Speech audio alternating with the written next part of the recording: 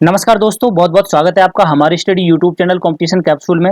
दोस्तों आज हम बात करेंगे आरआरबी एनटीपीसी के नॉर्मलाइजेशन फार्मूला की कि जो नॉर्मलाइजेशन होगा वो किस बेस पर होगा और कितने मार्क्स इंक्रीज हो सकते हैं। बिल्कुल सिंपल वे में समझेंगे एक एक चीज को और साथ ही इसको कंपेयर करेंगे ओल्ड फार्मूले से कि पहले क्या अंतर था, इतने ज्यादा मार्क्स कैसे बढ़ते थे और इस बार अगर कम मार्क्स बढ़ेंगे तो क्यों बढ़ेंगे। हर फैक्टर पर बात करेंगे। अगर आप चैनल पर नए हैं तो चैनल को सब्सक्राइब करके बेल आइकन प्रेस कर लें, जिससे आपको आने वाले टाइम में सभी वीडियोज का नोटिफिकेशन टाइम से मिले। तो देखिए फ्रेंड्स, बहुत सारे यूट्यूबर्स ने वीडियो बना के भी आपको दिखा दिया होगा कि ये फॉर्मूला है नॉर्मलाइजेशन का, ये कैसे काम करेगा, इसमें कौन कौन सी टर्म क्या क्या है, ये सब आपको एक्सप्लेन कर दिया है। बट हम इसको सिंपल भाषा में समझेंगे कि ये जो नॉर्मलाइजेशन का फॉर्मूला है ये एक्चुअली कैसे काम करता है। तो देखिए, इस फॉर्मूला को अगर मैं मेरी भाषा में लिखूं तो जो एम आई जे है इसका मतलब है नॉर्मलाइज्ड मार्क्स। इसके बाद इसमें टर्म है एम जी टी, इसका मतलब है टॉप 0.1% जो स्टूडेंट्स होंगे उनका एवरेज। देखिए फ्रेंड्स, इसका मतलब क्या है, जैसे मान लीजिए 10,000 बच्चों ने एग्जाम दिया और इसके टॉप 0.1% स्टूडेंट्स के मार्क्स उठाएंगे, उनका एवरेज लेंगे। यानी टॉप 10 बच्चों के मार्क्स का जो एवरेज होगा वो यहाँ पर लिखा जाएगा। उसके बाद है एम जी क्यू, इसका मतलब है मीन प्लस स्टैंडर्ड डेविएशन। देखिए फ्रेंड्स, मान लीजिए कि इनका मीन 50 आता है, स्टैंडर्ड डेविएशन 5 आता है, क्योंकि देखिए स्टैंडर्ड डेविएशन हमेशा ही मीन से कम होता है। उसके बाद अपॉन में है एम टी आई, जिसका मतलब है तुम्हारी शिफ्ट। और फ्रेंड्स, उस शिफ्ट के भी 0.1% टॉप स्टूडेंट्स के मार्क्स का ही एवरेज लिखा जाएगा और इसमें से भी तुम्हारी शिफ्ट का mean plus standard deviation minus किया जाएगा। उसके बाद है एम आई जे यानी रॉ मार्क्स, जो आपने अभी स्कोर किया है सीबीटी 1 में। इसके बाद लिखा है एम आई क्यू, जैसा मैंने अभी आपको बताया मीन प्लस स्टैंडर्ड डेविएशन, यानी इसमें से माइनस करेंगे तुम्हारी शिफ्ट का मीन प्लस स्टैंडर्ड डेविएशन को। इसके बाद लिखा है एम जी एम क्यू, यानी यही एक टर्म है जो चेंज हुई है फ्रेंड्स नए फॉर्मूले में, क्योंकि यहाँ तक का जो फॉर्मूला था ये पहले भी सेम था और अब भी सेम है, सिर्फ इसमें नई जो टर्म यूज हुई है एम जी एम क्यू, जिसका मतलब है maximum mean plus standard deviation. और ये जो मीन प्लस स्टैंडर्ड डेविएशन लिया जाएगा फ्रेंड्स, ये ऑल शिफ्ट से लिया जाएगा, यानी जितनी भी शिफ्ट हुई है फेज 1 से फेज 7 तक उनका मीन प्लस स्टैंडर्ड डेविएशन लिया जाएगा। जबकि पहले क्या होता था, सिर्फ आपकी शिफ्ट का मीन प्लस स्टैंडर्ड डेविएशन लिया जाता था। तो यहाँ मैंने लिख दिया है mean plus standard deviation all shift. तो ये है इसका बेसिक फॉर्मूला। यहाँ इन सभी टर्म को ही डिफाइन किया गया है कि कौन कौन सी टर्म का क्या क्या काम है। तो फ्रेंड्स, जैसा मैंने अभी आपको बताया, इन टर्म्स का ये काम है। अब जैसे एक एग्जांपल के थ्रू इसको हम फॉर्मूले को समझते हैं। तो देखिए फ्रेंड्स, इस फॉर्मूले को मैंने फिर से लिख दिया है। अब हमें एम आई जे निकालना है, यानी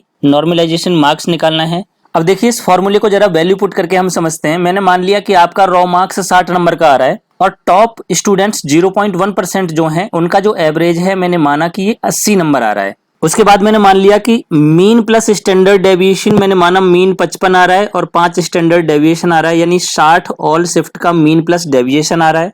उसके बाद मैंने माना कि आपकी शिफ्ट के जो टॉप 0.1% बच्चे हैं उनका एवरेज 70 मार्क्स आ रहा है और आपकी ही शिफ्ट के स्टूडेंट्स का मैंने मान लिया कि मीन 45 और 5 इनका स्टैंडर्ड डेविएशन है, यानी 50 नंबर का इनका मीन प्लस स्टैंडर्ड डेविएशन आ रहा है। अब देखिए, इन सारी वैल्यूज को फॉर्मूला में पुट कर दो फ्रेंड्स।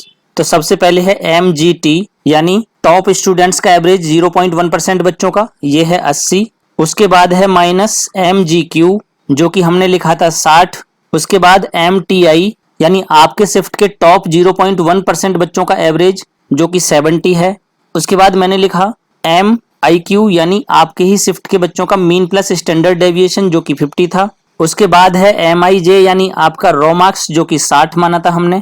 और उसके बाद है एम आई क्यू, यानी मीन ऑफ स्टैंडर्ड डेविएशन आपकी शिफ्ट का, जो कि कितना है 50।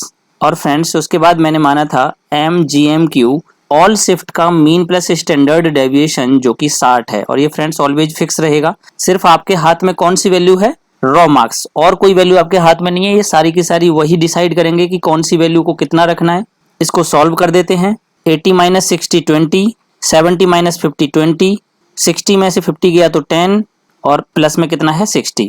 इसको सॉल्व कर देते हैं तो 0 से 0 गया और 2 10 जा 20, 10 टाइम्स हो गया, यानी आपका जो नॉर्मलाइज्ड स्कोर निकल के आया वो आया 70 मार्क्स निकल के। जबकि आपका रॉ मार्क्स कितना आ रहा था फ्रेंड्स, 60, और आपका नॉर्मलाइज्ड कितना आ रहा है 70 मार्क्स। तो इस हिसाब से आपका ये फॉर्मूला काम करेगा।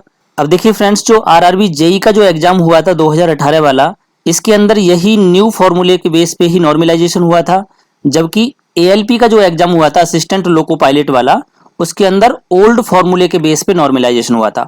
अब मैं आपको दोनों ही शिफ्ट के बच्चों के कुछ बच्चों के मार्क्स दिखाता हूं कि जब ओल्ड फॉर्मूला काम कर रहा था तब नॉर्मलाइजेशन में कितने मार्क्स बढ़ रहे थे और न्यू फॉर्मूला लगने के बाद कितने मार्क्स इंक्रीज हुए। तो इससे हमें एक आइडिया लगेगा कि एग्जैक्टली हमारे कितने मार्क्स इंक्रीज हो सकते हैं आरआरबी एनटीपीसी में।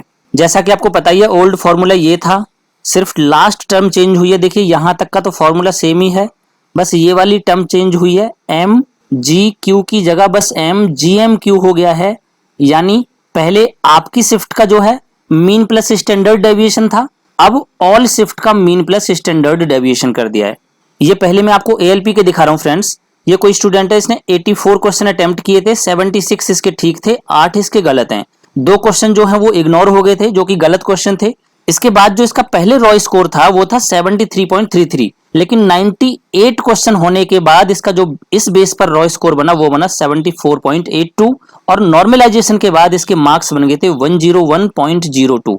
तो आप देख रहे हैं फ्रेंड्स, 74 से 101 लगभग 27 नंबर इसके इंक्रीज हुए हैं। एक कैंडिडेट है, इसने 98 अटेम्प्ट किए थे, 65 इसके करेक्ट हैं, 33 इसके रॉन्ग हैं, एक क्वेश्चन इग्नोर हुआ है। तो पहले इसका जो रॉय स्कोर था वो था 54 मार्क्स, लेकिन 99 क्वेश्चन के बेस पर इसका रॉय स्कोर बन गया था 54.54। उसके बाद इसका नॉर्मलाइजेशन के बाद स्कोर बन गया था 88.16। तो 54 से 88 यानी प्लस 24 मार्क्स बढ़ गए। अब देखिए फ्रेंड्स, यहाँ कुछ बच्चों का ये कहना है कि अगर रॉन्ग क्वेश्चन ज्यादा करते हैं तो मार्क्स जो हैं कम इंक्रीज होते हैं नॉर्मलाइजेशन में। तो देखिए फॉर्मूले में ऐसा कहीं कुछ मेंशन नहीं किया है कि आपने ज्यादा क्वेश्चन गलत कर दिए हैं तो आपके कम नंबर बढ़ेंगे या आपने कम क्वेश्चन गलत किए हैं तो आपके ज्यादा नंबर बढ़ेंगे, ऐसा कहीं मेंशन नहीं है। तो आप इस चीज को टेंशन ना लें, एग्जैक्टली आपका जो रॉय स्कोर होगा ये उसी पर काम करेगा, सिर्फ नॉर्मलाइजेशन आपके गलत क्वेश्चंस पर ये वर्क नहीं करेगा। हालांकि कुछ लोगों का ये कहना है कि जो कंप्यूटर होता है उसके अंदर एल्गोरिदम कुछ इस तरीके से फिक्स होती हैं कि अगर आपने ज्यादा क्वेश्चन रॉन्ग किए तो वो उसको डिटेक्ट करके आपको कम नॉर्मलाइजेशन में मार्क्स इंक्रीज करता है। देखिए एक और बच्चे के मार्क्स हैं ये, 96 वैलिड क्वेश्चन थे जिसमें से इसने 87 अटेम्प्ट किए थे, 69 इसके ठीक थे, 18 इसके गलत थे। तो 100 क्वेश्चन के बेस पर पहले इसका जो रॉय स्कोर था वो 63 बन रहा था, लेकिन 96 क्वेश्चन के बेस पर इसका जो रॉय स्कोर बढ़ के हो गया 65.22 और नॉर्मलाइजेशन में इसके हो गए 92.79। तो देखिए इसके भी प्लस 27 नंबर इंक्रीज हो गए। तो फ्रेंड्स ये था आरआरबी एएलपी का नॉर्मलाइजेशन, जो पहला फॉर्मूला काम कर रहा था उसमें किसी के 27, 28, 30, 35 नंबर तक भी इंक्रीज हुए। अब बात करते हैं इस वाले फॉर्मूले की। अब देखिए आरआरबी जेई की ये कॉपी है, 100 क्वेश्चन में से इस बच्चे ने 86 अटेम्प्ट किया है, 70 इसका ठीक है, 16 इसका रॉन्ग है और देखिए एक क्वेश्चन जो था वो इग्नोर हुआ। तो 100 क्वेश्चन के बेस पर इसका जो रॉय स्कोर बन रहा था वो 64.66 बन रहा था, लेकिन एक क्वेश्चन इग्नोर होने के बाद इसका रॉय स्कोर बढ़कर हो गया 65.31 और आफ्टर नॉर्मलाइजेशन इसका स्कोर था 67.44। तो फ्रेंड्स आप देख रहे हैं 65 से और 67 नंबर हुआ, सिर्फ 2 नंबर इंक्रीज हुए हैं इसके नॉर्मलाइजेशन में। एक और कॉपी देखते हैं, ये एक बच्चे की कॉपी है, इसने 100 में से 80 क्वेश्चन अटेम्प्ट किए, 58 इसके सही थे, 22 इसके गलत हैं और एक क्वेश्चन इग्नोर हुआ था। 100 क्वेश्चन के बेस पे इसका 50.66 रॉय स्कोर बन रहा था, एक क्वेश्चन इग्नोर होने के बाद इसका रॉय स्कोर बढ़कर हो गया 51.17। इसके बाद नॉर्मलाइजेशन में इसके हो गए 56.14। आप देख रहे हैं प्लस 5 नंबर इसके इंक्रीज हुए हैं। एक और बच्चे के मार्क्स देखते हैं, देखिए 100 क्वेश्चन में से इसने अटेम्प्ट किए 85, सही थे इसके 72, रॉन्ग थे इसके 13। 100 क्वेश्चन के बेस पर इसका रॉय स्कोर था 67.66। उसके बाद एक क्वेश्चन इग्नोर हुआ जिससे इसका रॉय स्कोर बढ़कर हो गया 68.35। यानी फ्रेंड्स अगर कोई क्वेश्चंस गलत होते हैं आपकी शिफ्ट के तो आपका रॉय स्कोर बढ़ जाएगा उसी बेस पर। उसके बाद नॉर्मलाइजेशन में इसके मार्क्स हो गए 78.44 यानी प्लस 10 नंबर इंक्रीज हो गए इस बच्चे के। तो इससे ये सिद्ध हो रहा है कि आरआरबी जेई में जो मार्क्स इंक्रीज हुए हैं वो कम हुए हैं, यानी नया फॉर्मूला आने के बाद नॉर्मलाइजेशन में कम मार्क्स बढ़ रहे हैं बच्चों के। अब कई बच्चों का ये सवाल था कि क्या मार्क्स डिक्रीज भी हो सकते हैं, तो फ्रेंड्स यस बिल्कुल डिक्रीज हो सकते हैं। अगर आपकी शिफ्ट बहुत ज्यादा इजी है और मैक्सिमम बच्चों के मार्क्स 85 प्लस या 90 तक आ रहे हैं, उसके बाद टॉप 0.1% बच्चों का एवरेज निकालने के बाद भी मैंने मान लिया कि उसके बाद भी बच्चों के मार्क्स कम नहीं हो रहे, तब भी 80 to 90 की रेंज में आ रहे हैं, तो ऐसी पोजीशन में आपका 1 या 2 नंबर कम हो सकता है। बहुत ज्यादा रेयर चांसेस होंगे कि 3 नंबर कम हो जाएंगे, बट इसके ऊपर ज्यादा कम नहीं होते। आई होप अब आपको सभी चीजें क्लियर हो गई होंगी। तो अब हम बात करते हैं कि अगर किसी की बहुत ज्यादा हार्ड शिफ्ट है तो उसके कितने नॉर्मलाइजेशन में मार्क्स इंक्रीज हो सकते हैं। तो फ्रेंड्स उसके 15 प्लस तक मार्क्स इंक्रीज हो सकते हैं अगर किसी की बहुत ज़्यादा हार्ड शिफ्ट है तो। अगर हम अपर मॉडरेट की बात करें, यानी जो बहुत ज़्यादा हार्ड से कम, और अपर मॉडरेट यानी मॉडरेट से थोड़ा ऊपर की अगर कोई शिफ्ट है तो मैं उसके मान सकता हूँ कि 12 से 15 मार्क्स उसके इंक्रीज हो सकते हैं। अगर कोई मॉडरेट लेवल की शिफ्ट है तो उसके 10 से 12। अगर कोई लोअर मॉडरेट शिफ्ट है तो उसके 8 से 10। और अगर किसी की ईजी शिफ्ट है तो उसके 4 से 6 नंबर इंक्रीज हो सकते हैं। और बाकी चीज़ें क्लियर होंगी रिजल्ट आने पर, क्योंकि रेलवे का कोई भरोसा नहीं किसके कितने ज़्यादा मार्क्स इंक्रीज कर दे, किसके कितने डिक्रीज कर दे, क्योंकि ये सारी की सारी चीज़ें डिपेंड है आपकी लक पर। हो सकता है आपकी हार्ड शिफ्ट को ईजी बना दे रेलवे और आपकी ईजी शिफ्ट को हार्ड बना दे। और बाकी आपके लिए बहुत सारी शुभकामनाएं कि आपका जल्दी से रेलवे में सिलेक्शन हो फ्रेंड्स, क्योंकि बहुत सारे दोस्तों की शादी भी रुकी हुई होगी इसी की वजह से। आशा करता हूँ आपको वीडियो पसंद आया होगा। अगर वीडियो पसंद आया तो प्लीज़ लाइक करें और दोस्तों को शेयर करें। Thank you so much.